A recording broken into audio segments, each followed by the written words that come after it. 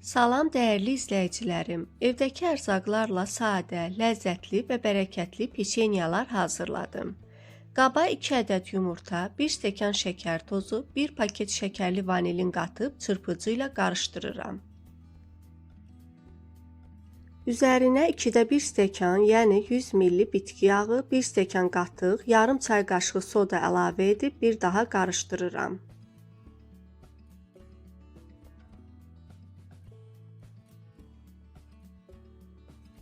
Daha sonra 1 paket qabartma tozu və 5 dolu stəkan unu az-az əlavə edirəm.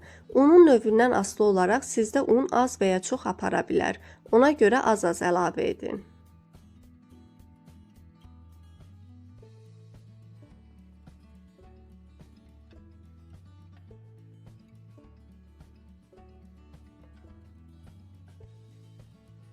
Xəmiri spatula ilə qarışdırıb toparlayıram.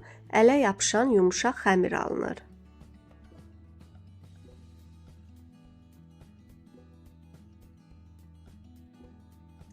Xəmiri 2 kündəyə bölüb üzərinə un səpib yayıram.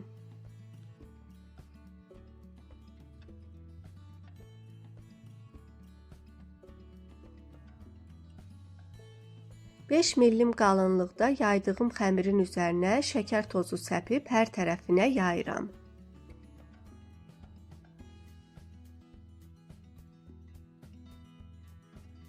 Belə bir fiqurla kəsirəm. Adi stəkanla da kəsmək olar.